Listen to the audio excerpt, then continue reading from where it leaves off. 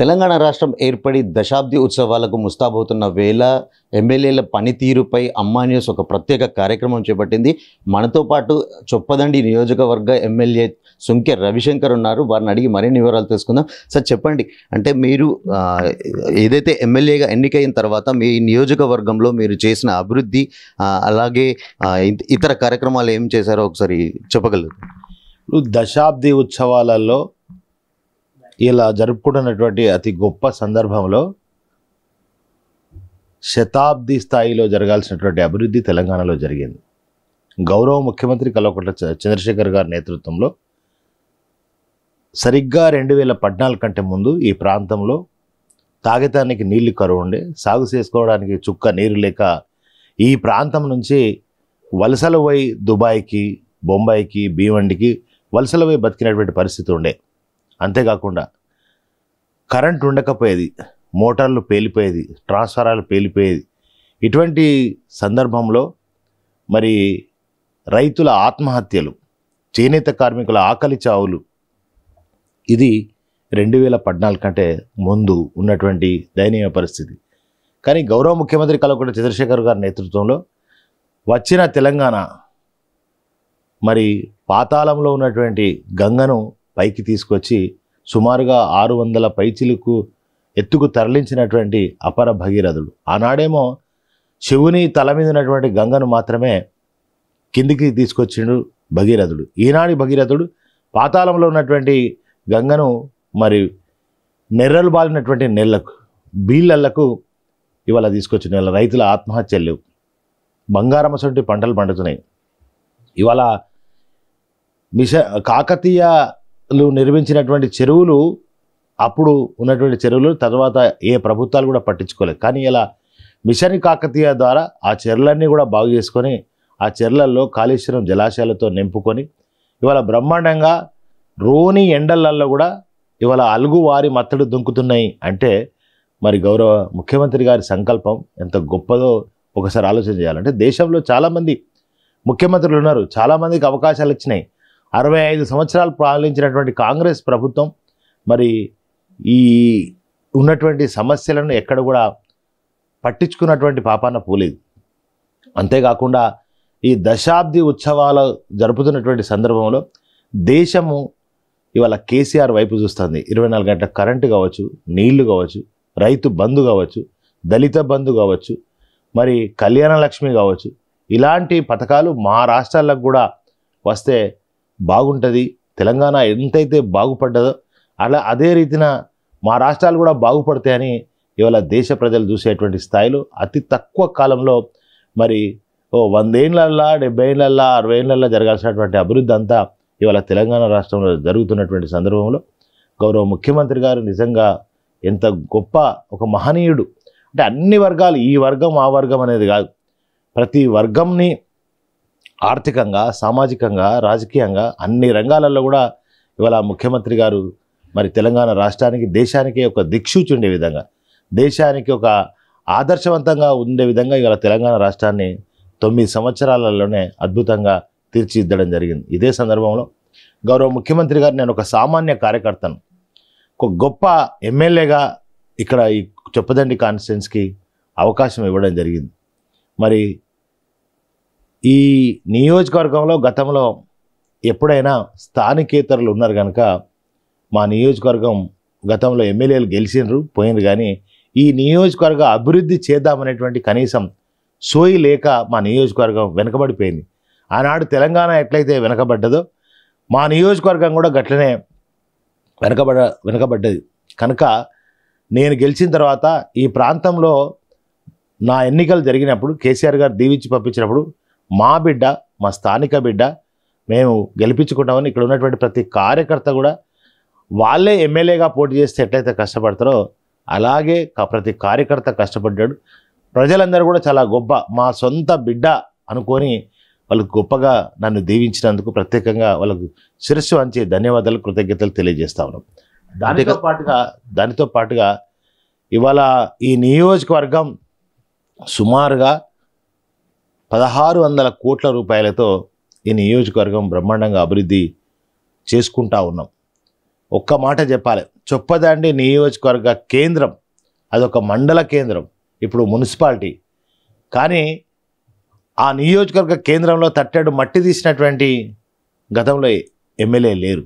కానీ ఇవాళ సుమారుగా కేసీఆర్ గారి ఆశీర్వాదంతో, కేటీఆర్ గారి దీవెనలతో, వినోద్ కుమార్ గారు, సంతోష్ కుమార్ గారి సహకారంతో ఇవాళ సెంటర్ లైటింగ్ తీసుకొచ్చినాం. బ్రహ్మాండంగా 70 కోట్ల రూపాయలతో మంచినీటి పథకం, రోడ్లు, ఇవాళ ఎంత గొప్పగా మున్సిపాలిటీ ఆ చొప్పదండి నియోజకవర్గ కేంద్రం అభివృద్ధి చెందుతుందో మీరందరూ కూడా చూస్తూ ఉన్నారు.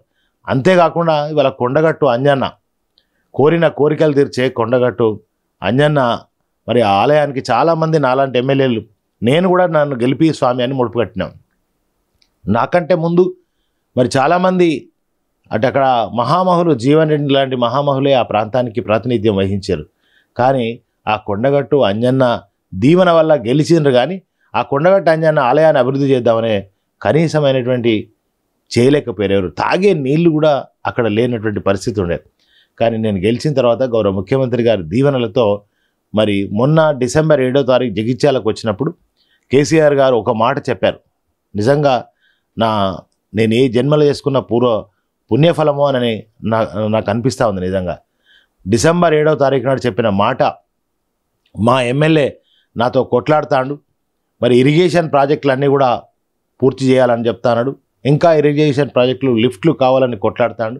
అంతేకాకుండా మరి ఈ కొండగట్టు అంజనకు అభివృద్ధి కోసం నిధులు అడుగుతాడని చెప్పి ఆ రోజు కేసీఆర్ గారు మాట్లాడి ఒక 100 కోట్లు మరి ప్రకటించడం నిజంగా ఒక చారిత్రాత్మకమైనటువంటి నిర్ణయం. అంత గొప్ప నిర్ణయం తీసుకొని 50 రోజుల లోపే కేసీఆర్ గారు తిరిగి ఆ ఆలయానికి వచ్చి మరి ఆలయం కలియ చుట్టి ఆలయాన్ని పర్యవేక్షించి ఇవాళ ఆ 100 కోట్లు సరిపోవు, ఇంకొక 500 కోట్లును ప్రకటిస్తున్నాను ప్రకటించడం. ఇవాళ అక్కడ నుంచి సంతులో నిధికి లిఫ్ట్ పనులు కూడా గౌరవ కేటీ రామారావు గారి చేతుల మీదుగా మరి భూమి పూజ చేసుకుందామని భావిస్తూ ఉన్నాం. సో అదే సందర్భంలో ఆ పనులను కూడా ప్రారంభిస్తాం. ఆ ఘాట్ రోడ్ కానీ, అదేవిధంగా అక్కడ 4 లైన్ రోడ్ కానీ, అక్కడ ఉన్నటువంటి ఇవాళ నేను ఎమ్మెల్యేగా గెలిచిన తర్వాత మంచినీటి వసతి పూర్తి స్థాయిలో అక్కడ మంచినీటి సౌకర్యాన్ని కూడా కలిగించాం. అంతేకాకుండా సుమారుగా ఇప్పటి వరకు ఒక 50 కోట్ల రూపాయలతో దాన్ని కొత్త కోనేరు, మరి కళ్యాణ కట్ట, మండపాలు, కార్యాలయాలు, ఇలా ప్రజలకు కూడా అవసరమైనటువంటి కనీస వసతులను కూడా ఇప్పుడు కల్పించడం జరిగింది.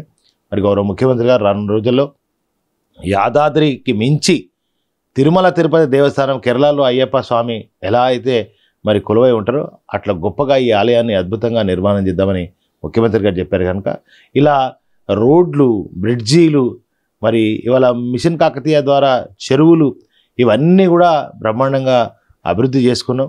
ముఖ్యంగా ఇలా పల్లె దవాఖానాలు, గ్రామ పంచాయతీలు, మరి ఇలా మా కాన్స్టిట్యున్సీకి మొన్ననే ఈ కిడ్నీ పేషెంట్ డయాలసిస్ సెంటర్ కూడా మా నియోజకవర్గానికి ఒకటి మంజూరు చేసుకోవడం జరిగింది. ఇట్లా పేద బడుగు బలహీన వర్గాల కోసం ముఖ్యంగా విద్య, వైద్యం, మరి మహిళా సంక్షేమం, రైతు సంక్షేమం, ఇలా అన్ని రంగాలలో కూడా ఈ నియోజకవర్గాన్ని మరి ముఖ్యమంత్రి గారి దీవెనలతో ఇవాళ అభివృద్ధి చేస్తూ ఉన్నాం. నిజంగా ఇంత గొప్పగా ప్రజలకు సేవ చేసే అవకాశాన్ని ఇచ్చినటువంటి కేసీఆర్ గారికి నా ప్రత్యేక ధన్యవాదాలు తెలియజేస్తాను. కె రవిశంకర్ ప్రతి నిత్యం కూడా చిరు వ్యాపారులతో, వీధి వ్యాపారులతో, రోడ్డు పక్కన చిరు వ్యాపారులు ప్రతి ఒక్కరితో కూడా మమేకపోయి నిత్యం ఏదో ఒక ప్రాంతంలో పర్యటిస్తూ తమ సమస్యలు, వారి సమస్యలు అంటే ఒక ఎమ్మెల్యే స్థాయిని మరిచి ఒక సాధారణ వ్యక్తిలాగా గడుపుతూ ఉంటారు. అంటే వాళ్ళ నుంచి, ప్రజల నుంచి మీకు ఎలాంటి రెస్పాన్స్ వస్తుంది?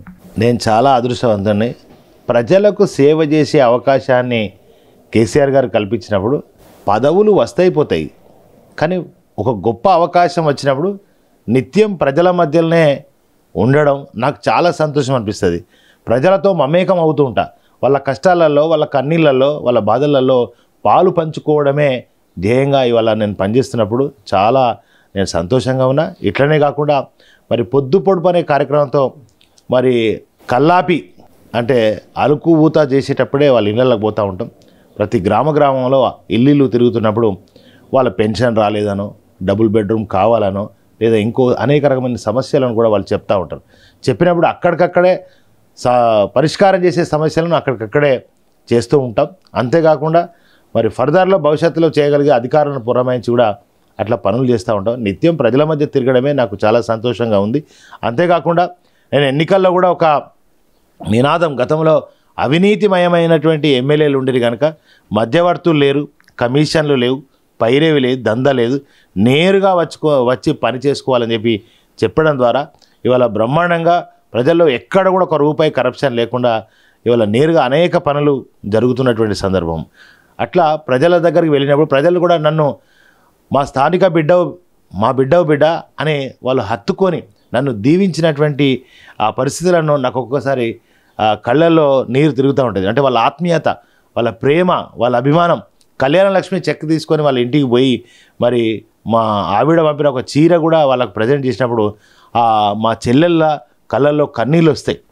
వాళ్ళు నాకు ఎదురుగా వచ్చి మంగళారతి ఇచ్చి మరి ఆ ఇంట్లోకి తీసుకుపోయి వట్టిగా ఎట్లా పోతావు బిడ్డ, వట్టిగా ఎట్లా పోతావు అన్న అని కూర్చోబెట్టి చక్కెర కొడుకలు పోసి అన్నం పెట్టి ఛాయ పోసి ఇట్లా రకరకాలుగా వాళ్ళ ప్రేమ ఆప్యాయత నిజంగా అది మరవలేనిది. అది అంత గొప్ప అవకాశం ఇచ్చారు కనుక.